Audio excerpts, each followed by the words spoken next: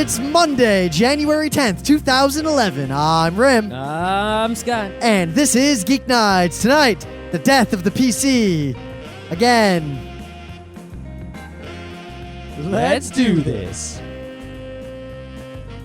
I'm sorry that you listeners missed the last 5 minutes of our conversation before we started this shindig, but... Why would they want to hear that? Because it was pretty awesome. Okay. But Sunday, yesterday, was a very important day, the 10th annual No Pants Day in New York City. Oh, we've only gone to 2, though, so it's, for us, is number 2, even though there was 10. Well, I mean, we didn't live here, so what can you expect? We could have gone on any other subway. It would have been too much of a pain in the ass. Plus, I did not know it happened until the year before we did it. Yeah, that is one thing I think Improv Everywhere needs to do is it's like you got to check their website or they have RSS, but I don't think they have like email reminders or anything. I need to figure out that whole thing. Yeah, I mean, we totally missed the MP3 experiment. That happened out and basically blinked us. We happened to be doing a panel in the Kinokuniya, and then suddenly... Well, there's an episode of that, right? Yeah, I think the entire crowd stands up, and they're like, what? And they're looking behind us. We're like, God damn it. We've already discussed this. Yeah, on a show that Monday listeners probably don't listen to. Yeah. No Pants was pretty much the same as the previous No Pants. I was kind of disappointed. It was like the first time it was fun. Like, oh my God, we're doing it. This time it was like, all right, I did it. Yeah. I think part of the problem was that, at least on my particular subway car, there were some people who were just like there were less people who were following instructions strictly. Yeah, my whole team was just talking about it on the subway platform before we got on the car. Yeah. I'm like, dudes, shut up. We don't know each other. Yeah. And then it's like, not only that, but it's like one person not following instructions basically ruins one whole car, right? Even, no matter how many other people do follow the instructions. The trouble is, to make it more complex would just introduce more people fucking it up. Yeah, you can't really, it's the law of nature, right? Is that if you want to get a group of people to do something, the bigger the group, the less they can do in unison without extreme practice, right? That's why it's the wave and not... I don't know. Yeah, and the only times that they can, you get more complicated things, such as the soccer stadium singing a song, is because they all individually practiced and prepared the song. Practice and dedication. I mean, I practiced... Or when you see, people doing the card flips that are like animations, it's because they practiced taking my pants off to make sure I could do it quickly enough. It's because they coordinated and practiced a lot beforehand. So with the No Pants Day, it's pretty much show up, 10 minutes of getting talked at and then doing it. But I think I identified the real problem. Mm-hmm. Last year, they gave much better and more detailed instruction at the individual group level. At least at our particular group. This year at our station, many of the group leaders did not really tell anyone what to do, and I kind of took over my group. Yeah, I think one thing is that the one difference, I think, that made that happen, at least at our station, was that last year, the group leaders were given a piece of paper with instructions. This year, they were just sort of told instructions. I feel like next year, I'm going to participate, but show up early and be the leader. Yeah, or I just won't participate with the group. We'll make our own group and do something more complex. What could you do that's more complex? I'll ride the 7 fucking train. They already do ride the 7 train. Ooh, I didn't say any 7 train plan. If you go and start at the Unisphere, they ride the 7 train. Ah, yeah, Unisphere. It's like, what train? They already do all the trains. You know what they don't do? They don't do the G. No one's on the G. There's no one on the G. With no pants. You'll be on the G with no pants alone. Yeah, scare the conductor. Okay. You could take the G with no pants to the Brooklyn Williamsburg starting point and then go with them, the hipsters. I think what would be better if the hipsters are probably more eccentric. If the next time I'm going to Manhattan for something on like a Saturday, I just do it on my own. I just take my pants off. That's all you. Someone might come up to you and be like, hey, you're late. The other trouble is that too many people, not on my car, but I saw a lot of other cars where the general public knew what was going on right away. They're like, it's that fucking pants thing again. Yeah. There are also, I think the police were alerted because there were police on my subway car and in Astoria and Union Square and in Times Square. It's like the police were alerted and, they weren't making any trouble. They were just, they were just about. Well, that's the trouble. They had their eyes open. If you want a real flash mob, you've got to have a group like 4chan, Anonymous, they do it well. You announce something like today to do tomorrow, and regular world people cannot react fast enough. Exactly. No Pants Day has been scheduled for months. Yep. It's like, because you said it, like the day before, only people who check the internet every day will see it, or people who are on the Twitter or something like that will see it and be able to react in time, and local people only also. And as a result, the people will be more willing and more able to, execute the instructions properly and more dedicated. Of course, at the same time, despite all that, I was very happy that I am totally seriously sure that I convinced the nice old lady who offered me a seat next to her that I did, in fact, lose my pants, and I don't know what all these other people are doing. Well, is she senile? I'm not sure. But she's asking me where I work, and I was like, yeah, I just left my pants at work, and I'm just trying to get home, and I think there's this thing, all these other people, I don't know what they're doing. She's like, yeah, there's some kind of no pants thing, but you just got lucky, I guess. And she was totally, I'm pretty sure I got her. Anyway, there was the one funny thing I saw was, well, first of all, on the Astoria train, one guy was freaking out. Like, he was just laughing hysterically. But was he one of us or just some guy? Just some guy. Okay, that's good. Then in the train, once we got, I forget. No, whatever. There was a guy sitting in the corner of the subway car. He was sleeping and snoring. And he was not a no pants guy. So he woke up and then no pants? And he was just sleeping the entire time. I did not see him wake up. He slept past Union Square. All right. What I was at least happy with, I got off at 30th Avenue, and where I happened to get off was right at the top of the stairs. So I just stood there kind of pantsless, and that was where I got all the kind of interesting reactions. On the cars, I really didn't get anyone because everyone was like, all right, there's a bunch of people with no pants. Yeah. There's something going on. Maybe they'll reformulate. I don't know. The thing is, the formula they have is so good because you get you get two platforms and you get two cars. And you get this kind of quick, it's too fast for most people to figure it out and react with other people. You get all these platforms and you get multiple trains. And basically you have the effect on two trains of this gradual what the fuck, right? Because one guy does it weird, two guys, 4 guys, 8 guys, and then the second train comes in and it's 1, 2, 4. So you get the build up on 2 different trains. And then people getting off in Union Square are just like, what the fuck? Yeah, but that's, at that point, I think it's kind of silly because it's just at that point, what's most fun is, we got away right away and we walked north and we kept the pants off. The reactions were much better when it's just 4 pantsless people walking into a bakery to get some hot chocolate because it's cold. The thing is, in New York, the people who are employees of a retail place, you never freak out about anything. Nah. I got these $2 bills. They're like, oh, you're not wearing pants? A homeless guy came in and pooped all over the table 4 minutes ago. Yeah. You're not phasing me. I went to the bank and got $2 bills, and so far, I've had no trouble whatsoever using them. You gotta go them. way upstate and find a Taco Bell. There's a Wikipedia. If you look up $2 bills on the internet, this is one story about a guy. The FARC one, yeah, the Taco Bell, $2. No, this is the Best Buy one. Basically, a guy. Oh, separate story. Yeah, basically the story. I found it in 10 different places on the internet. I'm pretty sure it was just copied from one source, though.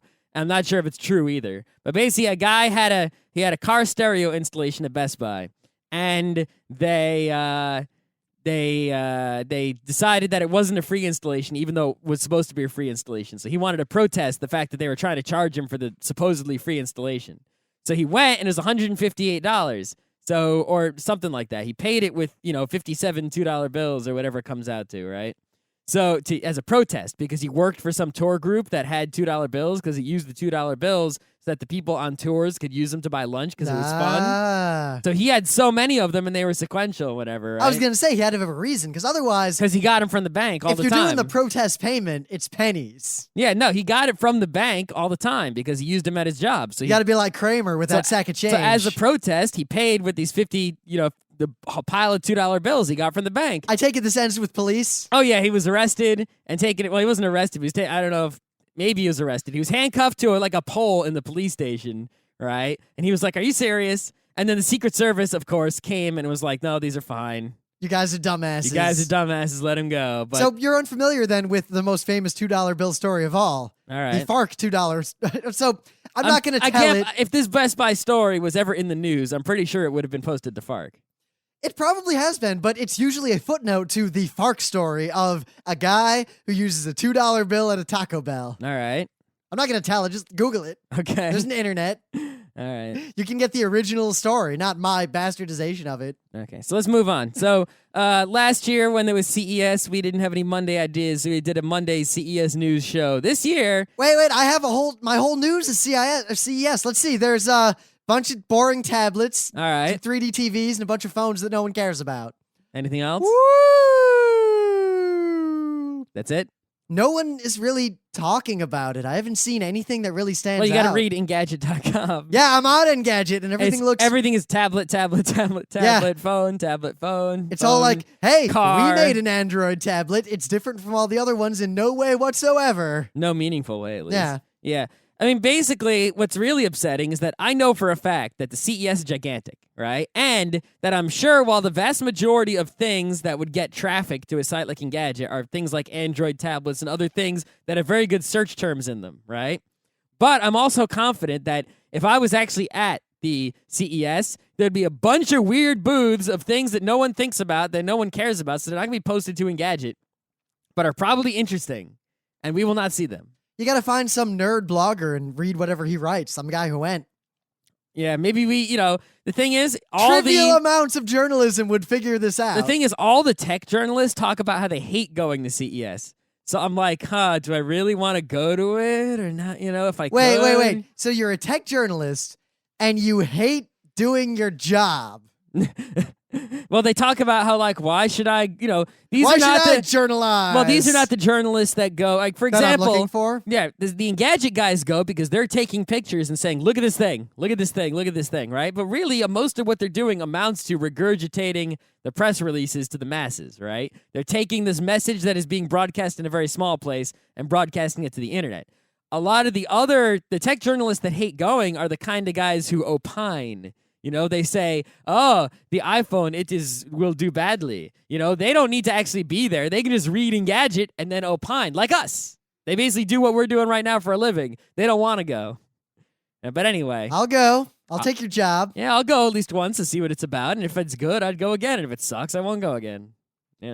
I don't know how much fun we'd actually have there when I think about it, though. Yeah, that's what I'm saying. I've hated pretty much every trade convention I've ever been to. Yeah, it's just it's not, the thing is, the only thing I think that saves CES from being just a room full of booths is that it's like 10 rooms and 30 hotels full of booths. So you, at the very least, you can always go to a new place with new booths and maybe meet somebody, But it seems like 3D TVs and tablets are like the big thing, and every tablet looks like an iPad.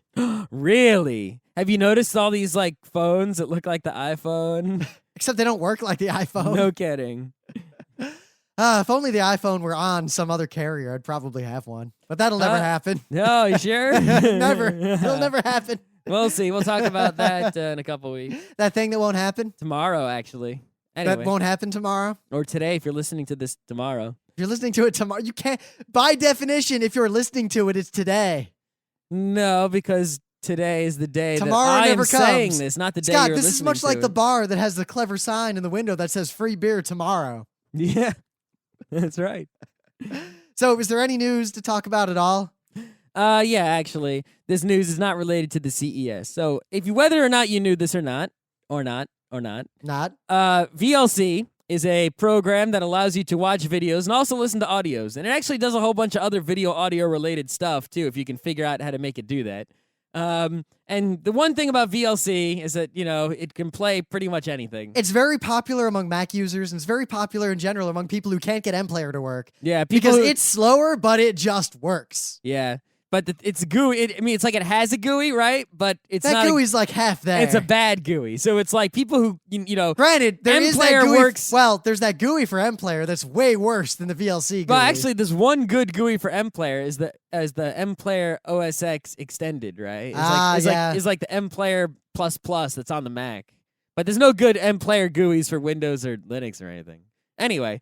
So VLC was actually released for iTunes in the iTunes store for the iPhone and iPad, I guess. I don't know for the iPad, but definitely for the iPhone.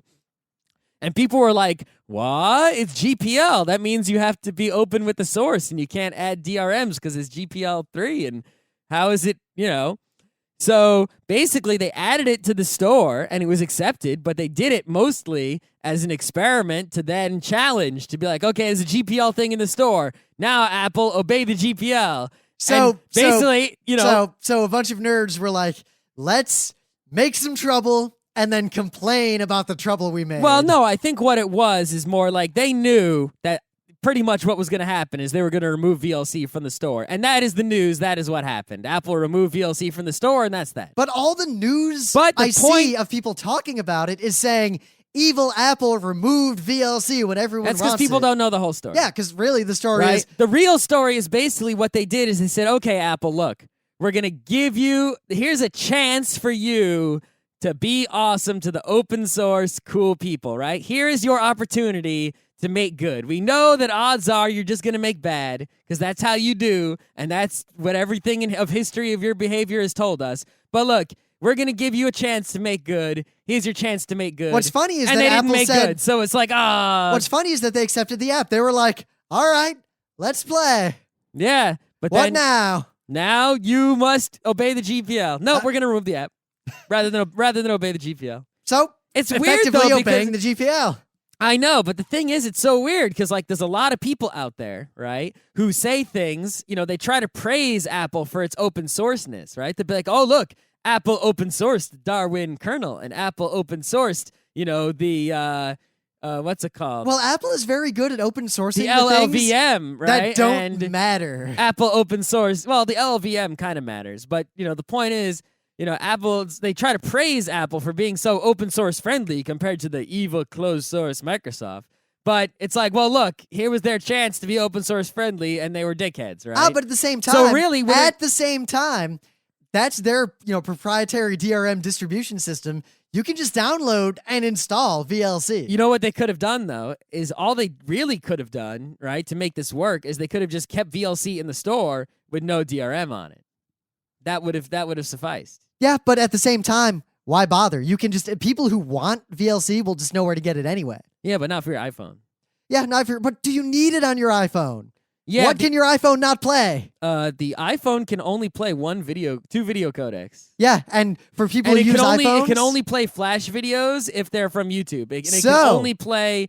otherwise, it can only play like H.264s, and that's pretty much it. So what percentage, here's the operative question. We care because we're people who care about this sort of thing. How many people out there would ever even realize this is a problem? I think there are actually quite a few people who they do handbrakes, right? Or they do, they have videos that they've made that they want to watch on their iPhones or iPads or Apple now see, TVs. most of the people I see And complaining what online... happens is these people are now, currently, they're not complaining because they're re-encoding the videos, right? They're converting them, and it takes a while, but they don't mind because they don't know any better. But if they realized, aha, there was a way to do this without spending all this time re-encoding, they would be very happy, but they don't know that, so they just re-encode not knowing there's a better world. That's but possible. most of the people I see complaining about this sort of thing are basically, they're one step before that. They're much less technical, and they're people who basically say, yeah, these videos just are broken. They won't play on my Apple stuff. Yeah, and they don't even get past that point. Yeah, but if you could tell them, if you use the VLC, then they work. They'd be like, oh, all right, and they would be able to, they'd be good. Yeah, well, but this now you this can't kind tell of them that. segues right into the main topic because there's the diametric worlds of, and it's weird because Linux, for most people who Don't use segue it to the main topic when we got on the desktop, well, think about there's the fundamental divide between the App Store or repository-centered downloads versus install stuff on your own. But we'll get to that in the next half of the show because it's...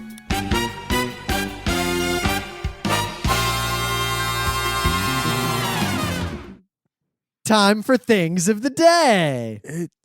So we were watching these. Chie, our good friend, told us about these a while ago, and we were reminded of them over the crazy Front Row Crew New Year's party. Where I don't know why you're saying we. I never saw this before. You just showed it to me. you were in the room. I was probably playing a game in a different room. We were all watching these. You were definitely in the room. I did not watch. You definitely were there. I did not see. I'll agree. You did not see. I was in a different room or I was in a different apartment. But we watched them multiple times, in fact. But this is Sundance, some videos. Green porno.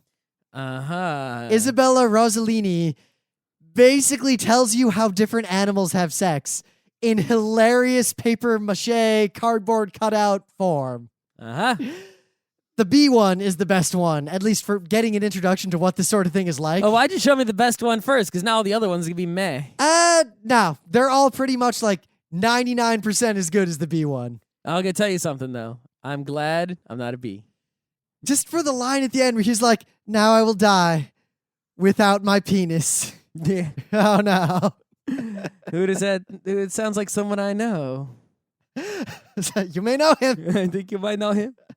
So that's it. There's like a million videos. They're all short. They're incredibly worth watching. The show is called Seduce Me. You might have seen this. I think one Daily Show way back showed one about bed bugs. All right. And one of the worst words, well, combination of words I've ever heard in my life, traumatic insemination. Yeah. Well, I mean, how about ducks with their friggin' Ducks. Ducks are motherfucking rapists, let me tell you what. That's right. Watch out, Donald coming to get you. All right, so check this out, right? I'm checking. If you take someone to a big open field, or perhaps, I don't know, salt flats. And what, rape them like a duck? Sure. And then you put a blindfold on them, and you just say, all right, listen, you can't see anything, but walk in a straight line. And they're not cheating. They're not peeking out of the blindfold. Maybe you just put a sack over their head so they really can't see. And you say, all right, you're blindfolded. Walk in a straight line. People think they're walking in a straight line, but really, no matter how many times you do this experiment, people always walk in sort of like a corkscrew circle. They veer to the right.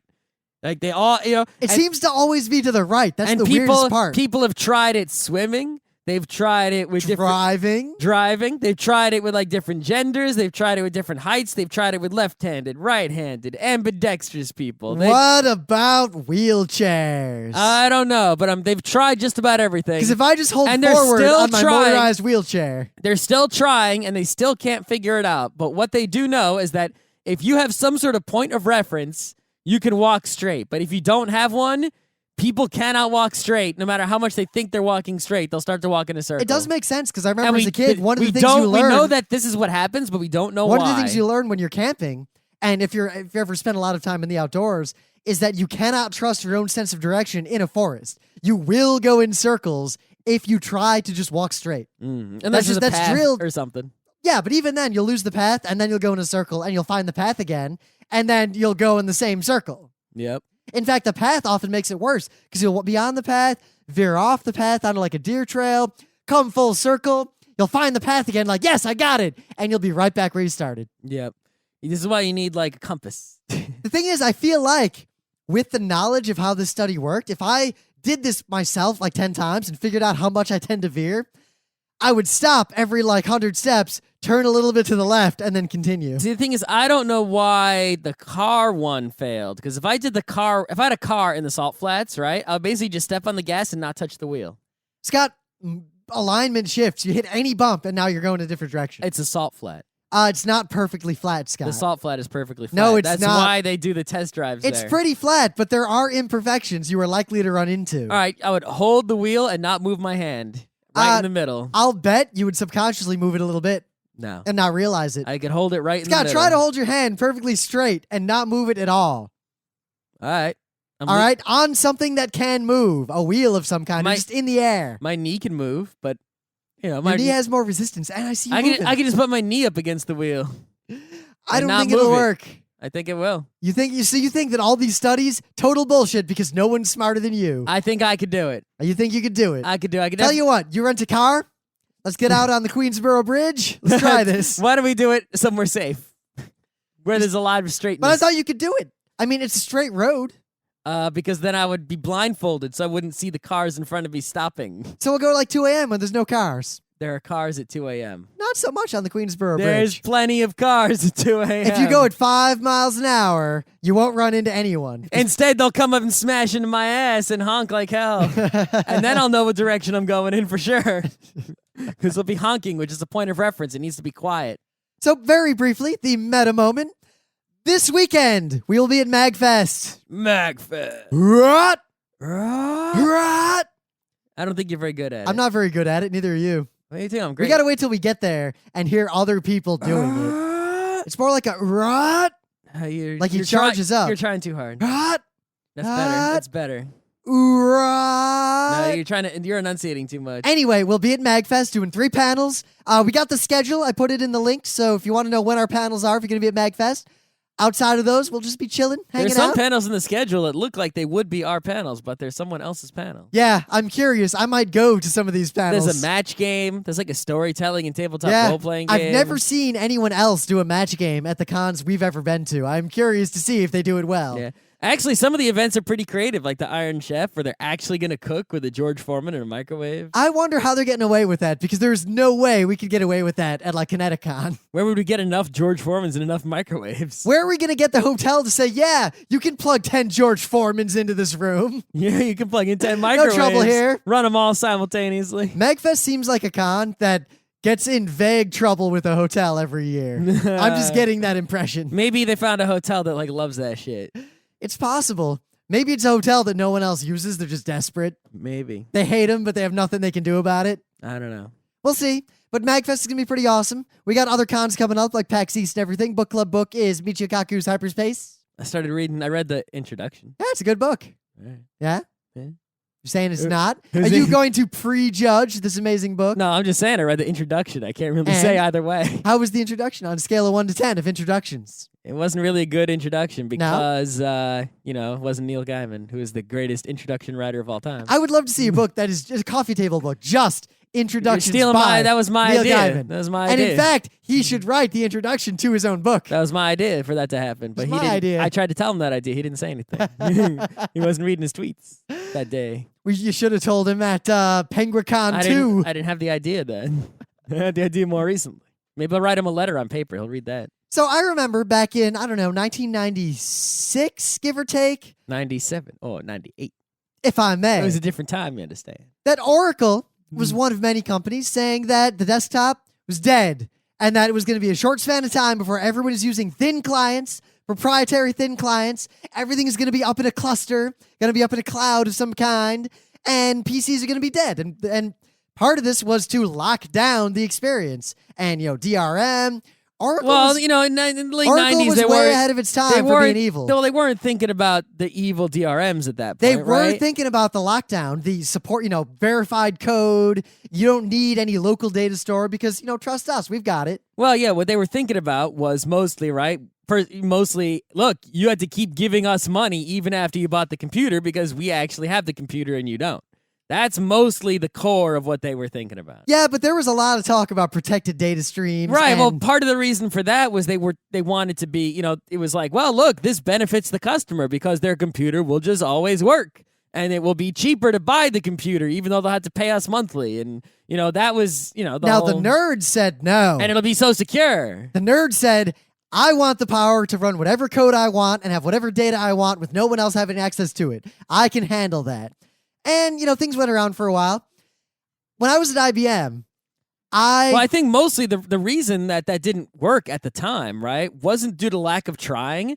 It was that, the desktops had caught on, right, mostly because of the Apple II and what came after it, right, and the IBM PC and what came after it. It had caught on already. There was an existing base of software and things that people did with computers, and that was the platform. It was the PC platform. It was locked in. Games are coming out for it, right? but remember, So with you couldn't really compete with it because you didn't have the network bandwidth to the house to compete with it. well, see, for the home user, I don't think that was on the horizon yet because where this was expected to happen was in business.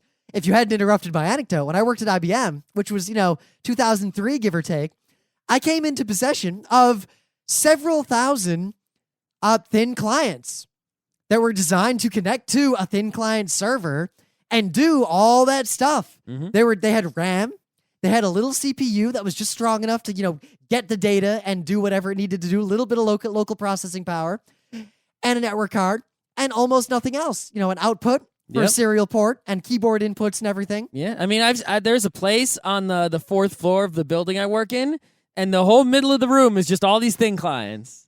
So And you know they why we totally got works. these? Because nobody wanted them because they were completely useless. They were so slow and so obsolete, so fast. Yeah, It was amazing. yeah. I And mean, this thin was in enterprise environments where we did have the bandwidth. We had plenty of bandwidth. Bandwidth was not the limiting factor. The limiting factor ended up being that one, the servers weren't fast enough to deal with all these clients. Two, the local clients were slow as balls. Yeah. I mean, thin clients are a little better now for business purposes, right? There's actually plenty of businesses, mostly where they have a bunch of workers doing the same exact task with, a simple interface, right? Like, for example, the place on the 4th floor of my building is an apartment place. So all anyone does in any of those computers is search for apartments in a little browser. So they have just a field of thin clients. People just search, and that's all they do with But what these. brand? Are they actually thin clients? Yeah, they're those, are they dataless clients? No, they're those wise things.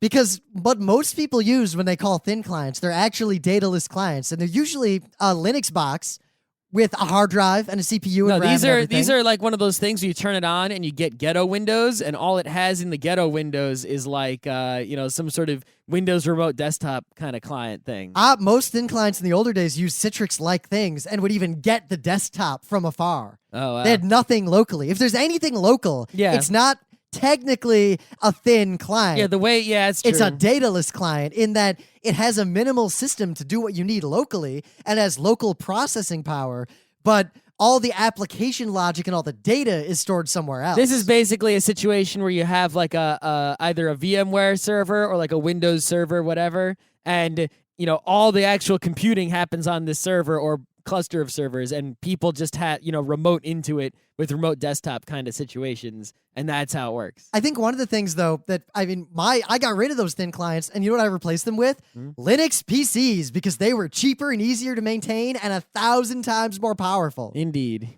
And the best part is what a lot of people didn't foresee that I think was really the death of that old style thin client was web apps. Web apps meant that it didn't matter what was on the end, because when you had these thin clients, you had to have all this kind of specialized software. There was no open general framework. Everyone had their own proprietary bullshit solution. With a web app, you really literally didn't care. As long as they had IE3 or up, it just worked. Yeah.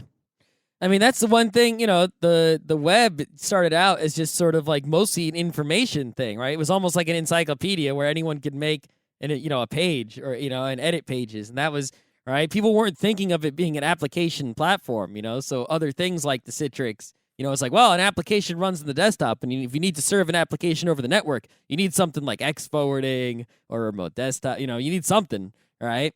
But, only because the browsers, and the JavaScript and everything became more powerful did web apps actually happen. It's like, no, shit, everything's in the browser now. So it's sort of, we got to the same place they were thinking. We just didn't take the route that they were expecting to get there. But there was definitely this aspect of, like, the media. People talked a lot about how, eventually no one will have a local PC anymore.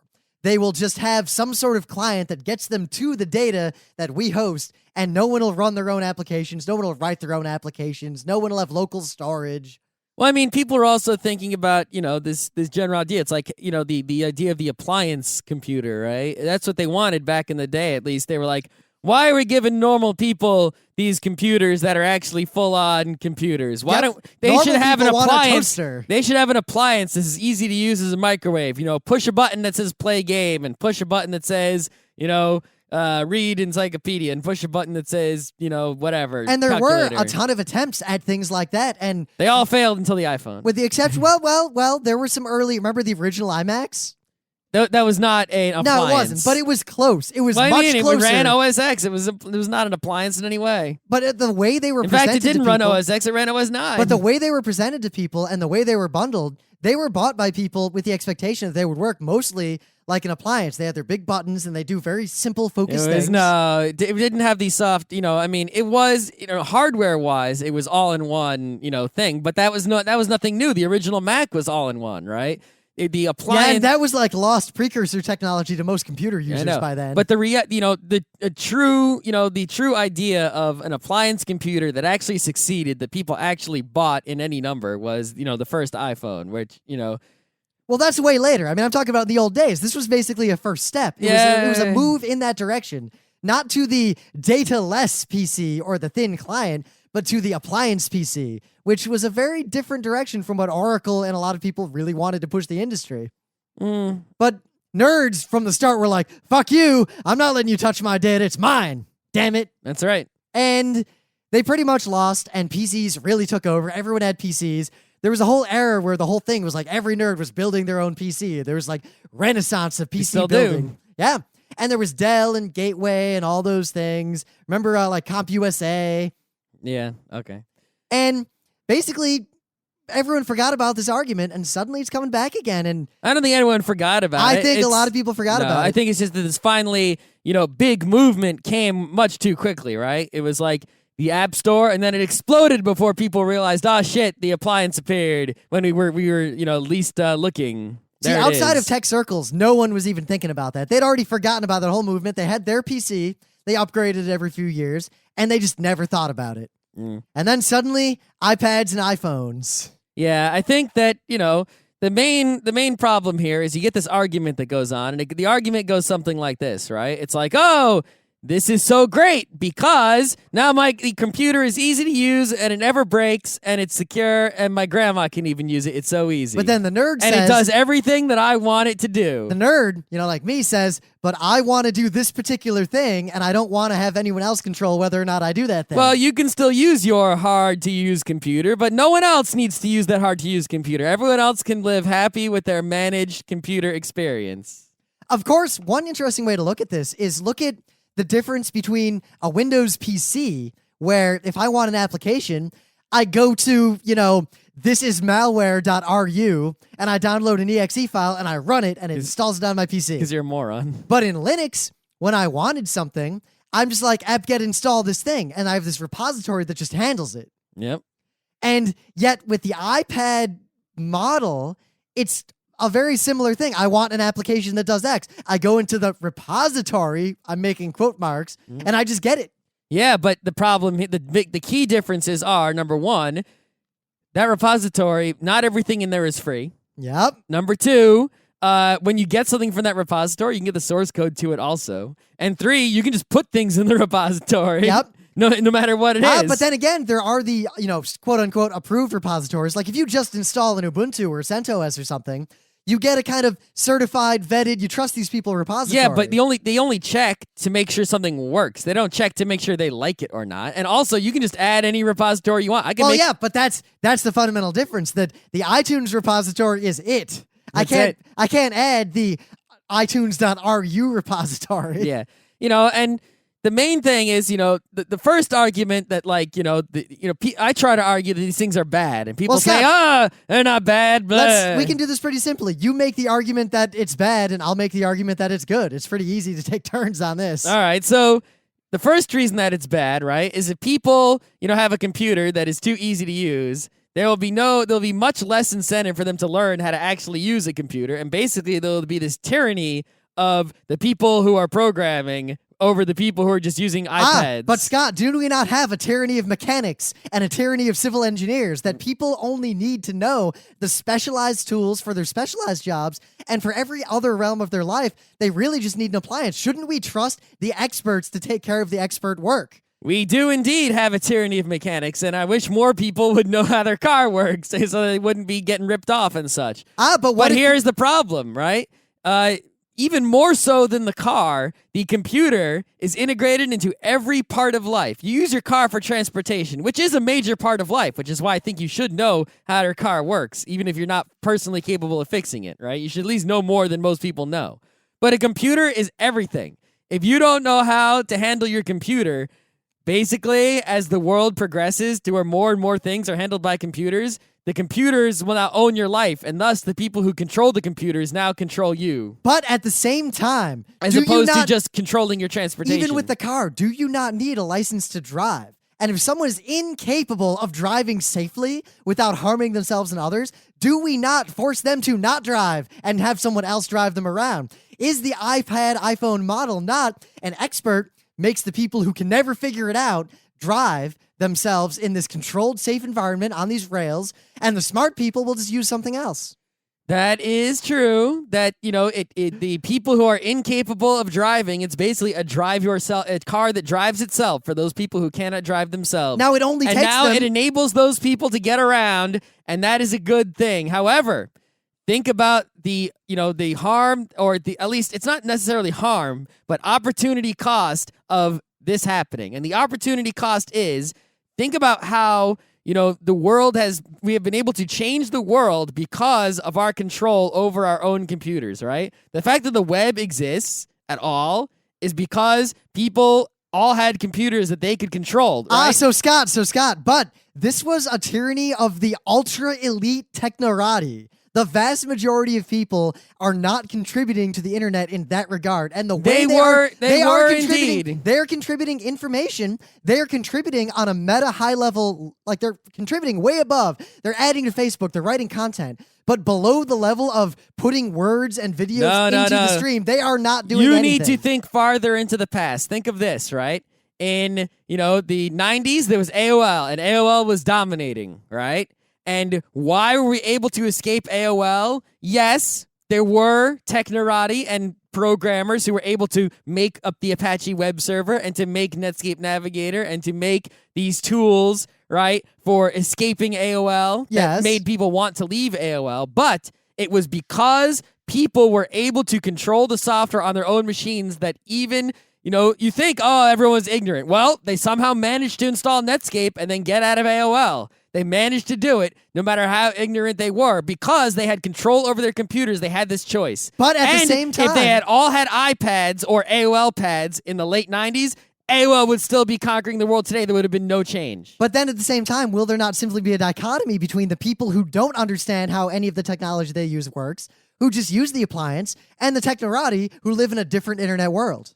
There will be that dichotomy, but what I'm saying is that if these people who are ignorant and don't know how their stuff works, if they lose their ability to have choice, then that takes power to change the world away from open source people like us, because we can't get anything into their hands, and the only power to change the world through technology will be in the hands of technology companies with money who can get their software onto these closed platforms. But at the same time, despite the openness of the PC platform, people were very resistant to even leaving AOL, and much of what caused this shift was industries very much pushing and promoting their own agendas to get people away from AOL into an open marketplace where they could then compete. And in the end, they win due to the fact that people still didn't really have any choice. Well, all companies, right, they seem to follow this model of where when they're falling behind, they push for the open way because when it's open, then they can compete. But then once you're ahead, you want to close it up because you've got the most people and then you lock them all into you, right? That seems to be the business model that flows back and forth, right? If you're winning in some department, right, you want that department to be closed so nobody leaves you because you have the most customers right now, you have the most market share, and if you close it down, all those people have to stick with you. If everyone's got iPods, you want to lock that shit down so they can't go switch to Zunes that easily. That's very hard to switch to Zune because you're locked in the iTunes library. But what do you do if everybody's using Windows, right? That's the majority winner. You need people to switch to Mac, which means you need to make stuff like Safari and all this other stuff so that it's, make it as compatible as possible. Oh, yeah, we can open up Microsoft Word documents. Yeah, we can do,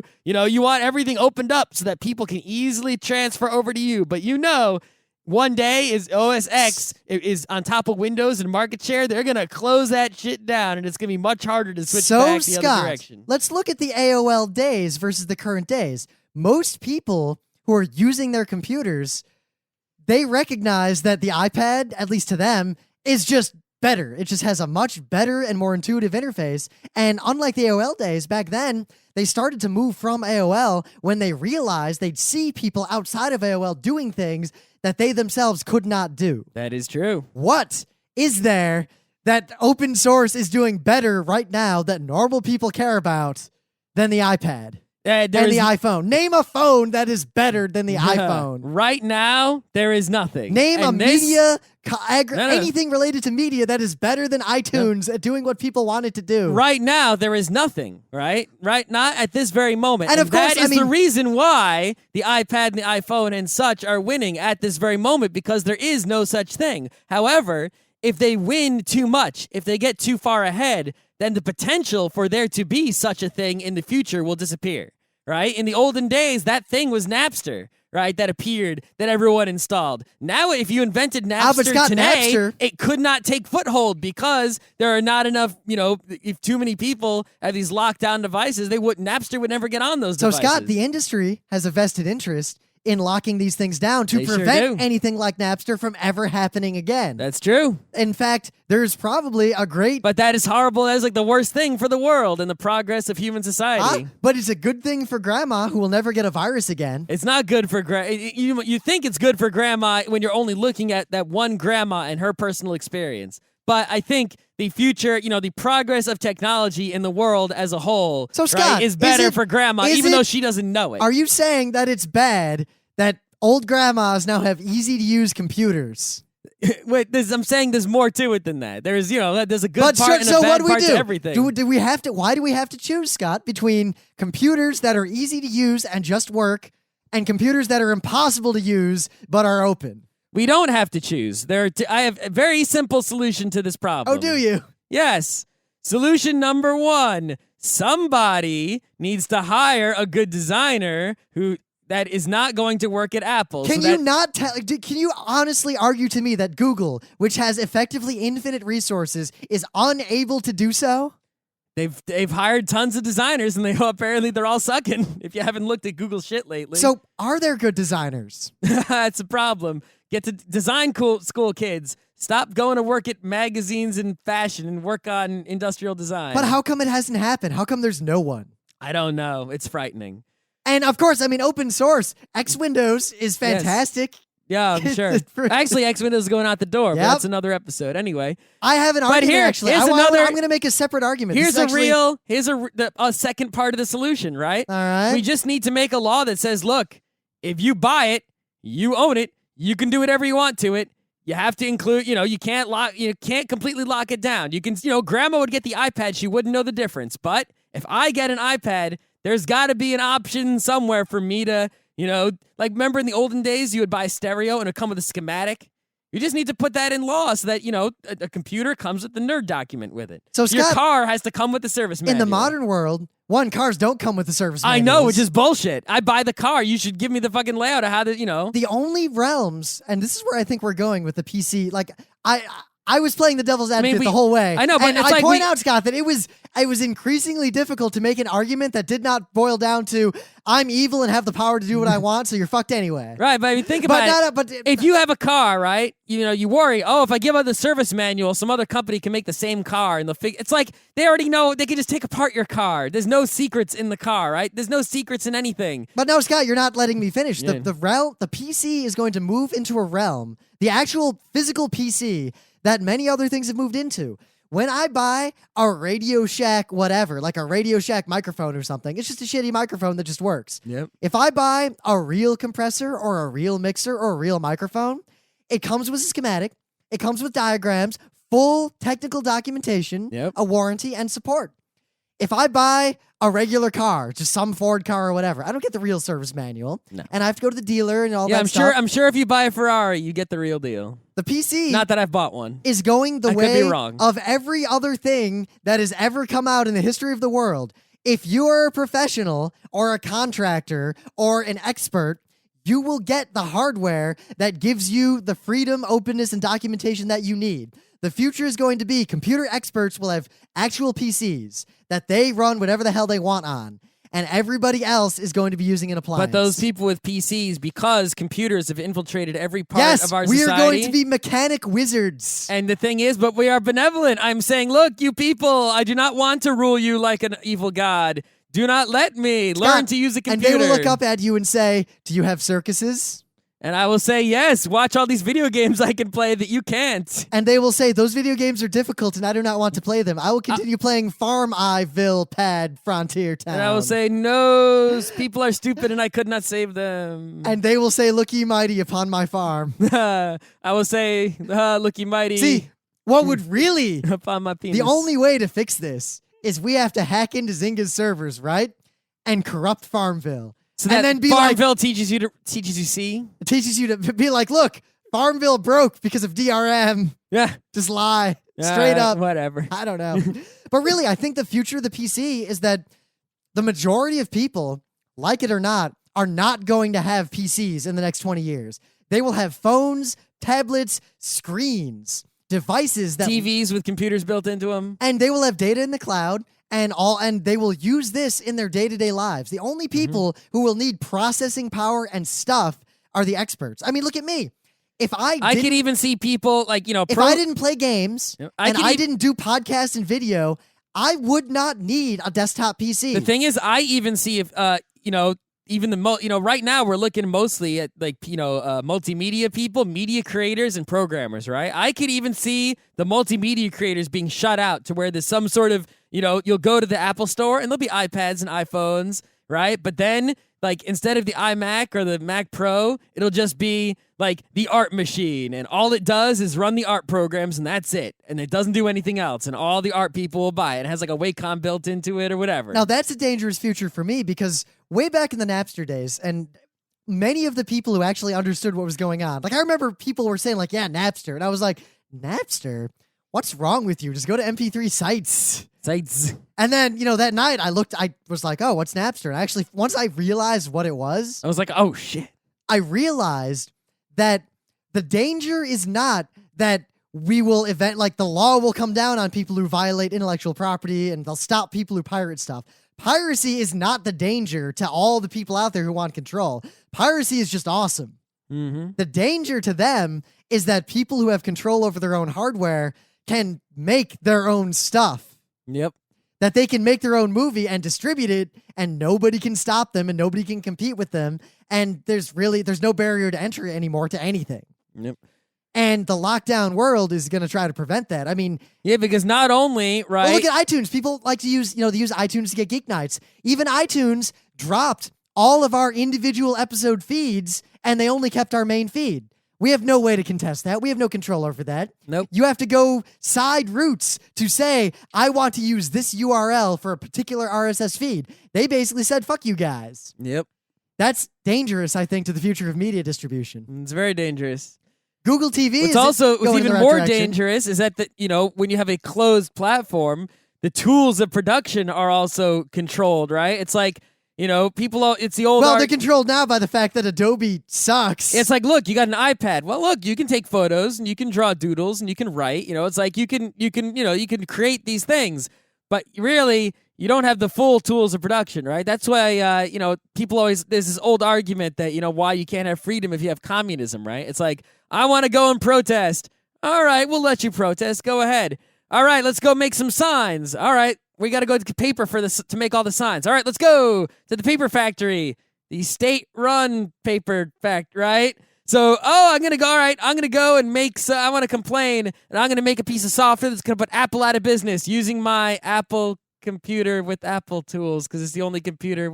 Shit, I can't make this thing on this Apple device because it's not possible. They would not make a tool that allowed me to put them out of business with their own tool. We also have the argument that's much more tricky that we can't, like with video games. I learned most of what I know about computers today because when I was a kid, I wanted to play computer games, and that was goddamn impossible. Yep. And I had to learn IRQs and DMAs, and I would go into DOS and load drivers and futz with stuff and boot disks. Yep. And that taught me, I'm a better person and a better gamer because of that. And I'm a computer professional. I make boatloads of money. But at the same time, I could never justify going back to that shitty old medieval world of computing. No, but the thing great. is, I think that it is necessary for people to learn, that is the way that I learn. But I think there needs to be a way for new people to learn, and perhaps intentionally suffering by choice or simulated suffering or something. Well, what I always say, and I think we've talked about this on Geeknights, so I don't want to get into a lot of detail, is that what we need is one, computer science and coding should be as important as math and reading and social studies in all levels of primary education. K through 12, fifth subject, every day. Every day you have math class. Kids should just learn C++. They should learn object-oriented programming alongside algebra. They should learn starting at the bottom. You should learn how a computer works. Then you got to learn how to program a computer. You got to learn every possible level. You should know everything there is to know. K through 12, if you're going to learn computer class every day, you can learn everything from, the electron on up to the C codes. People don't necessarily, there are people who are not good at math, but you know what? They still have to take math in high school, and maybe they get C's, and they're not going to be mathematicians. And they don't take calculus. And they're just going to be a writer, and they're never going to use math except to pay their bills. But at least they got as high in math as they were willing and capable of getting. That's right. But we don't give any kid the opportunity to do that in technology. The only people who learn technology... They can't even afford to pay teachers. How are they going to pay us to be teachers? The only people in our this salary, modern world... They'd have to pay us as much as 3 Scott, teachers. Do you agree that the only people who learn technology to any degree in the modern world are the people who are self-motivated and do it on their own? Yeah, well, it's also people who have some external motivation. For example, I care mostly about gaming, but I have to learn technology to do the gaming, so I do it.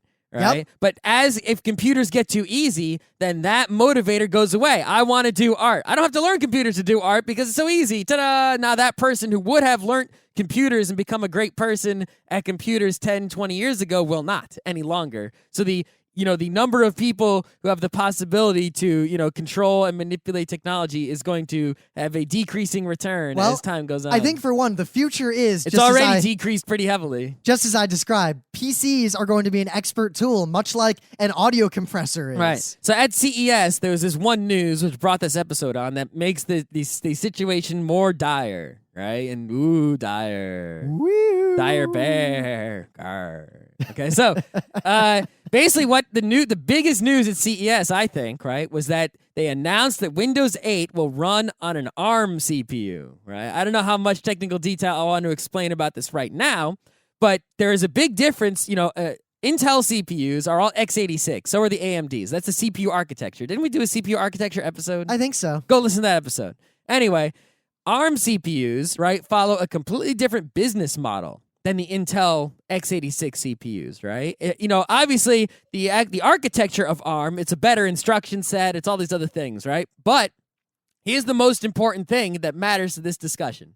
The way Intel's business model works is that they pack in the transistors as tight as they can with the maximum density Moore's law, and they crank out the exact same CPU as much as they possibly can in high quantity, and they keep making it more and more powerful, and they charge a lot of money for the CPU itself, right? But all that CPU does is CPU. It doesn't really do anything else. So when you make systems using these CPUs, you build everything around them. That's why you have a sound card. That's why you have a video card, right? Because it's not in there. I mean, some of them have video cards in them now, but it's not a good video. Anyway, I'm not going to get into it, right? But that's the Intel business model. The ARM business model is completely different. They make what is called the system on a chip, right? If you're making a device, let's say me and Rim decide we want to make a tablet. Okay, Rim, we're going to make a tablet tomorrow. What do we want this tablet to have? We want it to have a 12-inch touchscreen. We want it to be able to play MP3s. We want it to be able to have some wireless networking. We don't need any wired networking. And we're going to have a USB port, but we're not going to have any firewire, right? We make the list of all the things we're going to have, and then you go out and you get someone to make you an ARM CPU that has just those things and no other things. Now wait, and they don't worry. It's not about Moore's law. They can pack in so many transistors that they got plenty of space, so they don't even pack it in as tight as they could to make it as fast as they could. So here's the TLDR they just of make that. the custom system for that one device into that. The TLDR of that is that it takes the power out of the programmers who have. I mean, it doesn't take resources to write code. It takes resources to make a chip, to figure out a proprietary chip to do something on it. Well, an ARM chip isn't proprietary. I mean, no, but Linux runs on ARM. But a small, like a phone device, has the particular limitations of what that phone can do. Exactly. That is the problem, right? Is with an Intel CPU, all it does is CPU. It doesn't. That's it. So you put it in this motherboard, and you can add features, and you can do anything that is possible with computer technology by adding onto it. When you have the system on a chip model, right? Where this CPU, although it is ARM and although you can program it easily enough, right? It is still unique to this one piece of hardware or its line of hardware, right? And it only has these limited features. You really can't add to it that easily. The system is on the chip. It's not a system around the chip. So you can't be going like, oh shit, this thing doesn't play. It's got an MP3 decoder in it, and that's how it plays MP3s. So I can't suddenly, if I try to make it, play a different codec, I'll have to do that with the CPU. It doesn't have a hardware decoder, and it's not powerful enough for that. That drains the battery life, and that's that. So, when you have a PC with, even if it's not Intel x86 architecture, but your ability to do new things is limitless. When you have a system on a chip, you are far more constrained just with the hardware. Even if it was open, you could put any code on there you wanted.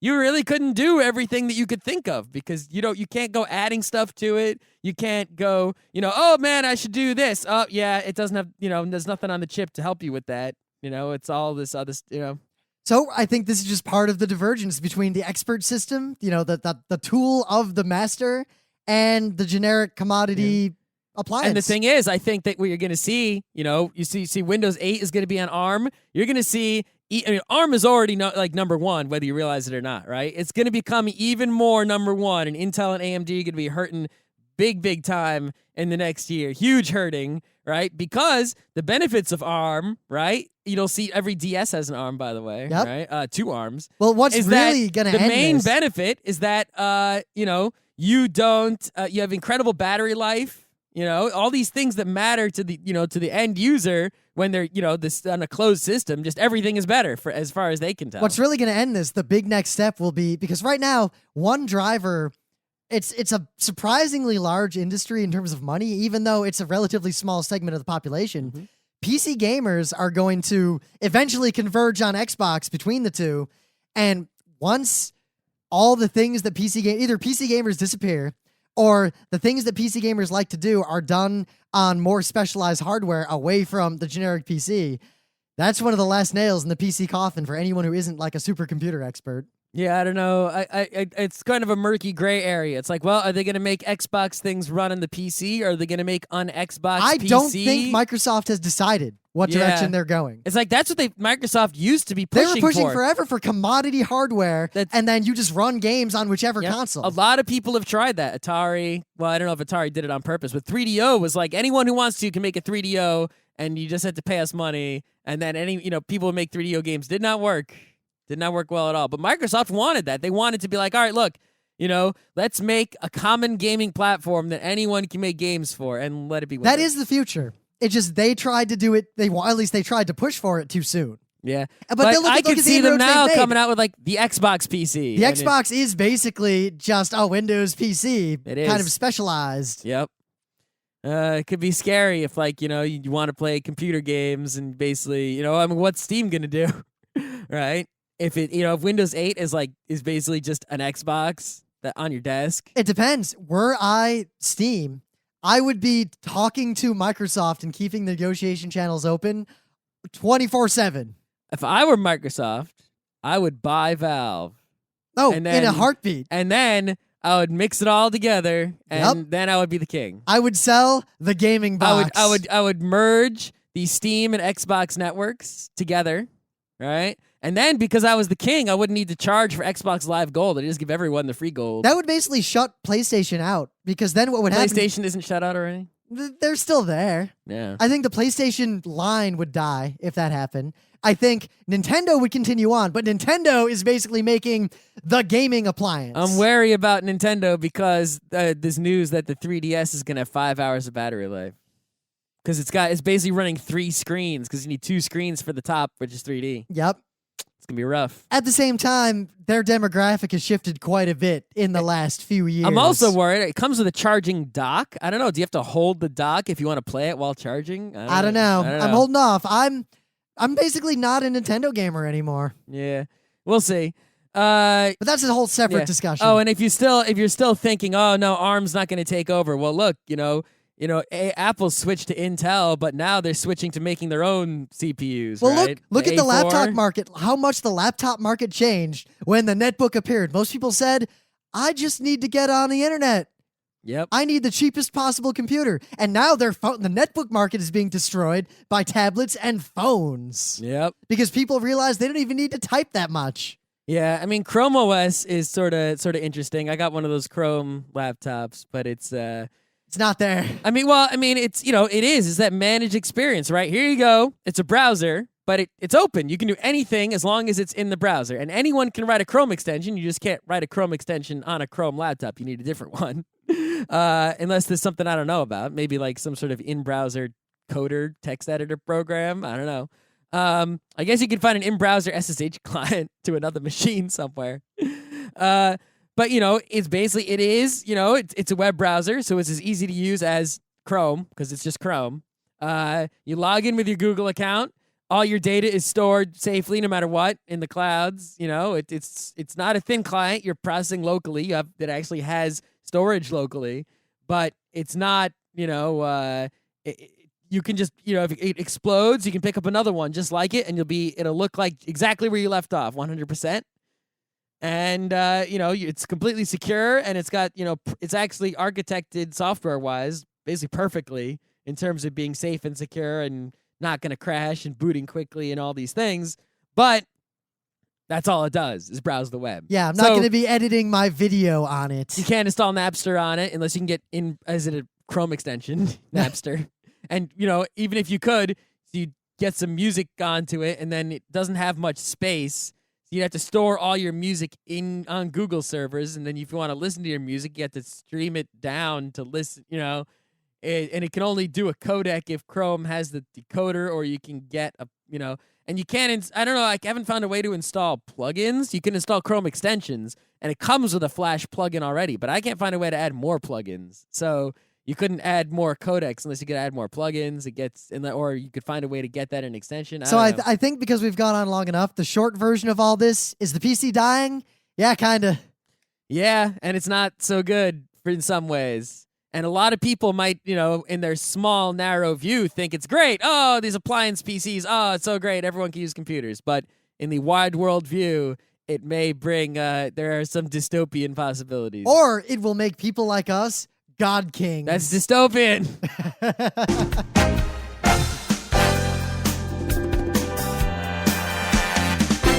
This has been Geeknights with Rim and Scott. Special thanks to DJ Pretzel for the opening music, Kat Lee for web design, and Brando K for the logos. Be sure to visit our website at frontrowcrew.com for show notes, discussion, news, and more. Remember, Geeknights is not one, but 4 different shows. Sci-Tech Mondays, Gaming Tuesdays, Anime Comic Wednesdays, and Indiscriminate Thursdays. Geeknights is distributed under a Creative Commons Attribution 3.0 license. Geeknights is recorded live with no studio and no audience. But unlike those other late shows, it's actually recorded at night.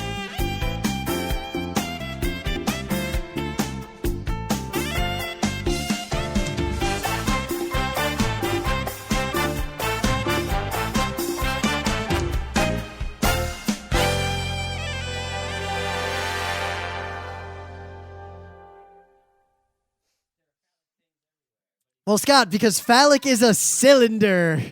Anything vaguely cylindrical is a phallus. Exactly my point. There are holes everywhere.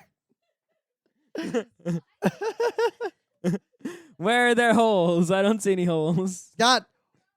Oh.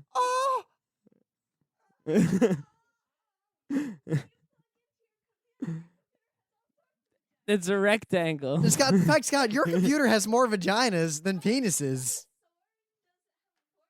Look at all. Yeah, it does. It's look just at all those pointy. vaginas. They're all. If you find me a vagina that's a rectangle with sharp edges, I don't want to go near that vagina.